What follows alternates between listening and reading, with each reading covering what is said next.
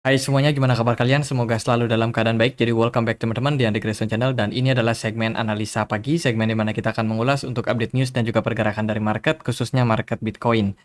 Hari ini agak telat bikin video teman-teman.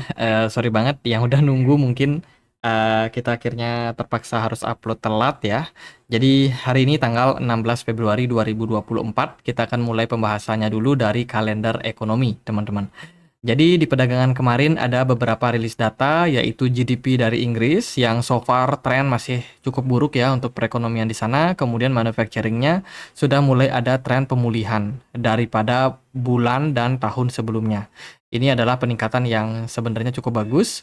Teman-teman, ada peningkatan kecil, tapi sebenarnya yang nggak ngaruh-ngaruh amat sih sebenarnya.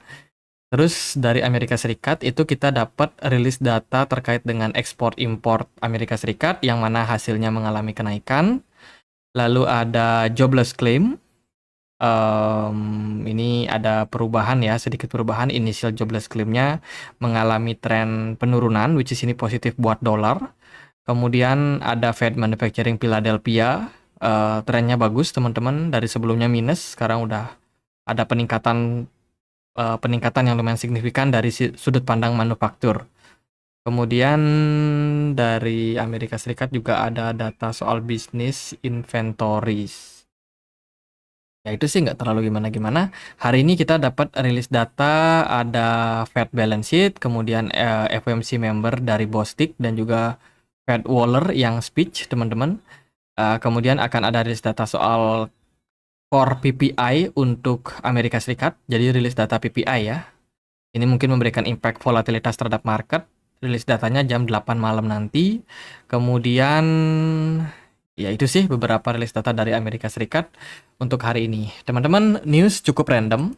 Ya, kita akan mulai dulu dari news yang pertama. Fed Jerome Powell itu mengatakan, teman-teman, dalam sebuah pidatonya, konferensi persnya bersama dengan beberapa dalam kegiatan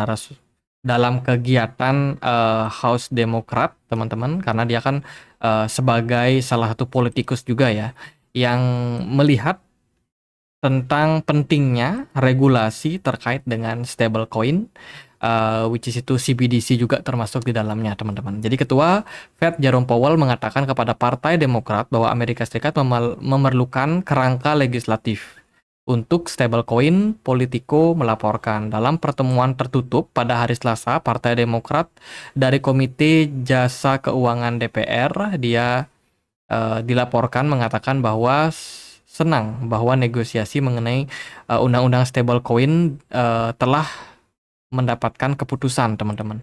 Dan sepertinya untuk kedepannya ini bakalan mengarah kepada regulasi yang lebih ketat lagi terkait dengan CBDC.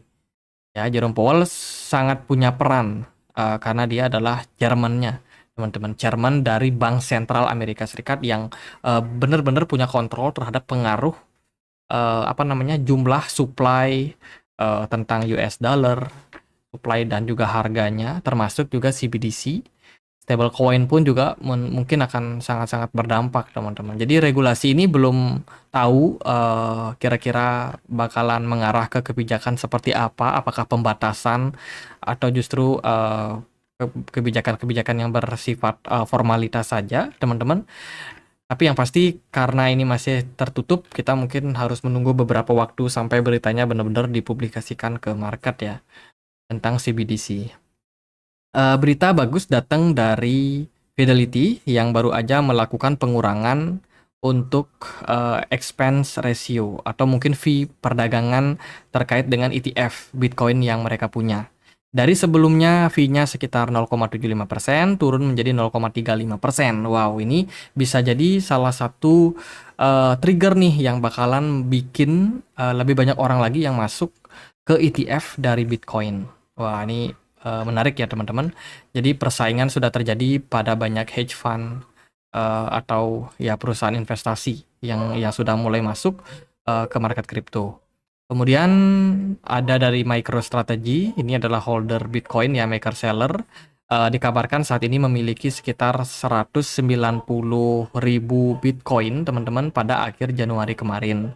Dan dia sudah running profit ya, cukup besar, sekitar 4 miliar US dollar. teman-teman. Amazing banget, profitnya gede banget berkat konsistensinya melakukan DCA. Pertama kali mungkin dipublikasi itu di 2020 ya teman-teman. Dia mulai mempublikasikan pembelian Bitcoin-nya. Mungkin dia sudah melakukan akumulasi sebelum-sebelumnya, tapi ya baru di tweet di market teman-teman. Dan itu merupakan salah satu konsistensi yang membuahkan hasil teman-teman. Jadi good news untuk MicroStrategy. Kemudian ini ada sebuah postingan dari salah satu member CryptoQuant ya, namanya Mignolet ya, Mignole teman-teman. Dia memposting bahwa saat ini posisi dari pergerakan Bitcoin yang terus rally itu katanya belum overheating. Belum overheating berarti belum terlalu apa ya, panas teman-teman, di mana banyak orang yang melakukan sell off. Dan biasanya fase-fase overheating itu ditandai dengan kenaikan chart yang warna biru di bawah ya. Jadi sebelum-sebelumnya kan di fase bull market itu benar-benar overheating teman-teman, di mana chartnya itu menunjukkan tren yang sangat-sangat tinggi disertai dengan kenaikan Bitcoin yang sangat-sangat impulsif. Dan posisi sekarang kenaikan pada Bitcoin yang sampai level 52.000 something ini itu disebut belum overheating, yang berarti ya teman-teman, posisi sekarang ini baru permulaan saja. Bisa jadi kedepannya tren bullish masih akan tetap berlanjut, at least in the midterm teman-teman. Kemudian sebuah tweet datang dari Off-Chain Lab. Nah, ini dikabarkan ada berita bagus untuk ApeCoin atau ApeChain yang baru aja dibikin ya teman-teman. Jadi jaringan dari ApeCoin ini merupakan salah satu pengembangan yang memanfaatkan tumpukan teknologi milik Arbitrum. ApeCoin itu pada awalnya tidak memiliki fungsi yang jelas. Jadi dia mirip kayak meme token aja. Belakangan developernya coba untuk bikin semacam use case dan juga utility yang lebih baik terhadap projectnya. Dan akhirnya dia join sama Arbitrum, memperdayakan ApeCoin teman-teman sebagai DAO dan juga memiliki kendali atas infrastruktur yang dibangun dalam komunitas ini. ApeCoin kini memiliki opsi untuk mengimplementasikan fitur-fitur seperti Stylus, Bolt, dan juga masih banyak lagi. Fitur-fitur yang memang dimiliki oleh Arbitrum terhadap tata kelola on-chain yang dijalankan di blockchain Arbitrum. Ini merupakan salah satu perkembangan yang baik untuk ApeCoin. Semoga aja bisa memberikan impact untuk harganya. Selain itu ada berita juga dari Clayton, salah satu koin ya teman-teman, KLTN ya kalau nggak salah namanya, Clayton. Itu baru aja mengumumkan merger dengan Finsia, ya, sebuah proposal yang memang merupakan salah satu ekosistem yang bakalan sangat-sangat menarik teman-teman untuk kedepannya. Jadi creating ASEAN largest Bitcoin ecosystem. Clayton nama tokennya. Mungkin udah naik ya karena ada sentimen merger ini, teman-teman. Jadi menurut pemberitaan, Clayton Foundation yang beroperasi di Korea Selatan sebagai blockchain layer pertama baru aja mengumumkan tentang merger atau penggabungan dua perusahaan ya, yaitu dengan Finsia Foundation, yayasan yang berbasiskan di Abu Dhabi yang merupakan penerus independen mainnet dan juga operasi digital lain blockchain yang telah lolos pemungutan suara. Anggota tata kelola setuju ya teman-teman untuk melakukan integrasi untuk kedua proyek ini. Jadi good news untuk Clayton. Kemudian dari berita yang lain ini datang dari Lido Finance. Crypto custodian Taurus itu baru aja enlist untuk Lido dan membawa liquidity Ethereum staking ke Swiss Bank. Wah, ini berita yang sangat-sangat bagus untuk Lido Finance sepertinya teman-teman. Kalau kita lihat dari beritanya, kustodian Crypto Taurus mendaftarkan Lido untuk membawa taruhan Ethereum liquidity ya ke Bank Swiss. Ya, yang termasuk di dalamnya mereka bermitra dengan Deutsche Bank dan juga Santander. Ini merupakan sebuah integrasi yang menurut saya bagus. Lido Finance, platform digital, platform decentralized finance, ya, yang yang sangat-sangat banyak peminatnya teman-teman terkait dengan mereka-mereka yang memang melakukan staking dan ingin menjadi validator dari Bitcoin. Itu banyak yang staking di Lido.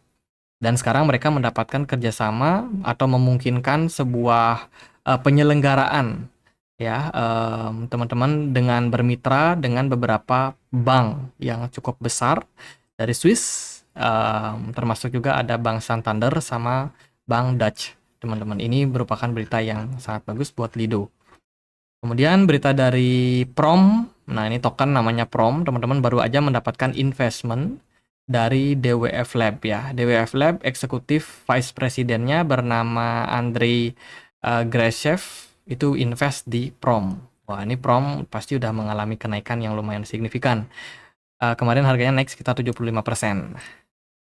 Kemudian dari berita yang lain ada Coinbase baru aja mengumumkan mereka akan melisting Render ya, token baru dari RNDR yang sekarang sudah running di Solana Network. Kemarin kan RNDR running di Ethereum ya teman-teman. Itu dia migrasi ke Solana karena memang jaringan Ethereum udah padat banget. Jadi ini good news buat Render token barunya yang sudah listing. Mungkin kedepannya beberapa exchange akan melakukan migrasi token dari RNDR menjadi Render. Tunggu aja teman-teman. Nah, sekian banyak berita random yang kita temukan. Lalu gimana nih pergerakan dari Bitcoin? Apakah Bitcoin masih menarik untuk saat ini atau bagaimana? Overall, Bitcoin so strong, bertahan di kisaran level 52.000 ya, teman-teman. Kemarin kita bahas tentang potensial Bitcoin terkait dengan targetnya, yaitu di Fibo 123. Kalau kita tarik dari sini, puncak di kisaran 49.000 something, sampai di wave A-nya itu dia ada semacam resistance sebenarnya di Fibo 123,6%, yaitu di kisaran level 51.500. Dan kemarin itu sudah berhasil ditembus, tapi gagal closing di atasnya, teman-teman. Dan ini merupakan salah satu potensial Bitcoin yang masih berpotensi dalam fase corrective wave. Hanya saja kalau kita lihat dari pergerakan Bitcoin di perdagangan hari ini itu masih sangat-sangat strong. Pergerakan Bitcoin belum ada indikasi yang cukup kuat dia bakalan koreksi dalam, teman-teman. Volume perdagangannya bagus, smart money-nya juga sangat-sangat baik.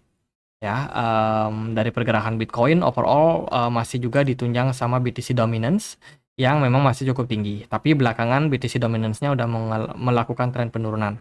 Kemarin yang dapat momentum naik itu adalah Ethereum.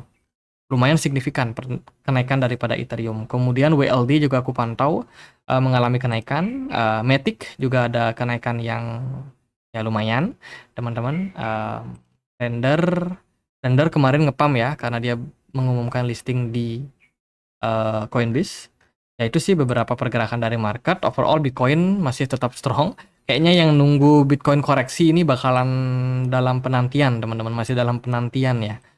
Belum ada indikasi kuat nih untuk pergerakan Bitcoin bisa dibawa turun dalam, teman-teman. Sepertinya mungkin koreksi-koreksi wajar aja pada pergerakan Bitcoin berpeluang terjadi. Kalau kita lihat dalam jangka waktu pendek, overall ya masih cukup kuat sih teman-teman. Teman-teman volumenya bagus. Kemudian dari MACD juga ada indikasi akan ada kenaikan jangka pendek lagi. Kemudian dari smart money juga masih terbilang oke di market. Jadi untuk sekarang memang resistance-nya ada di kisaran 51.000 something ya. Kalau kita lihat di bigger picture-nya di time frame 1 hari, kita masih tetap berada di dalam sebuah ascending channel. Overall pergerakannya masih cenderung menguat, teman-teman. Kemarin ya Bitcoin di 51.000 ini benar-benar ketahan di level resistance. Andai kata pergerakan Bitcoin nanti impulsif, maka next target untuk Bitcoin ada di kisaran all time high-nya di 64.000. Kalau Bitcoin mampu menembus 52.000 something. Ya, ini bakalan sangat-sangat mendebarkan sih bagi yang nunggu koreksi ataupun yang memang masih berpandangan bullish terhadap Bitcoin. So far belum ada indikasi pembalikan arah, teman-teman. Sementara apapun masih bisa terjadi, ya kita masih belum tahu ke depannya bakalan kayak gimana dan kita tunggu aja, teman-teman. Apakah Bitcoin bakalan mampu menembus level 52.000 ini? Mungkin bisa naik ke 56.000 dulu, atau mungkin bisa langsung mencuat sampai 63 ribuan something dalam beberapa minggu atau beberapa bulan ke depannya.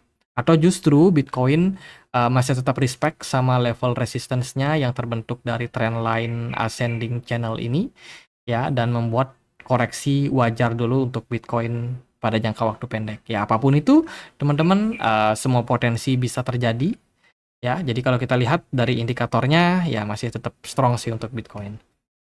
Jadi gitu aja video kali ini, semoga bisa bermanfaat buat kalian. Altcoin masih tetap menarik kalau teman-teman pengen cari altcoin yang menarik. Celestia ini udah mulai menunjukkan fase korektif teman-teman, jadi bisa ditunggu harga-harga yang menarik. Nanti teman-teman bisa akumulasi teman-teman. Celestia masih menarik, kemudian Polkadot belum naik terlalu banyak, juga masih tetap oke. Matic seperti biasa jagoan saya sih Matic, teman-teman yang memang agak sometimes melempem ya, tapi ya masih cukup layak karena project-projectnya juga masih cenderung bagus, apalagi nanti ada Denkan upgrade untuk Ethereum yang akan positif buat layer kedua, itu bisa dipantau. Arbitrum, Optimism pun juga teman-teman boleh pantau juga. Yang agak lemah kemarin adalah Injective ya, yang saya pantau Injective agak lemah. Kemudian WLD itu naik. Solana so far so strong, bagus-bagus saja teman-teman. Ya gitulah, market ternyata masih cukup antusias ya. Coba kita lihat untuk Fear and Greed-nya. Fear and Greed Index, pergerakan Bitcoin sepertinya ini masih sangat strong. Mungkin market masih greedy ya melihat dari kanan jual yang belum seberapa dalam untuk Bitcoin. Justru Bitcoin masih tetap bisa mempertahankan level-level yang cukup tinggi. Ini menandakan bahwa antusiasme dari market cukup baik teman-teman. Jadi saat ini Fear and Greed-nya ada di poin 72 yang menunjukkan market masih greedy ya, dari sentimen-sentimen menunjukkan memang market masih cukup optimis teman-teman. Itu buat market. Jadi gitu aja, semoga video kali ini bisa bermanfaat. Teman-teman, kita punya komunitas diskusi di Telegram, tempat aku untuk update berita-berita terbaru. Buat teman-teman yang mungkin mau join, linknya ada di kolom deskripsi video ini. Jadi gitu aja, semoga bisa bermanfaat. Akhir kata saya Andre, makasih.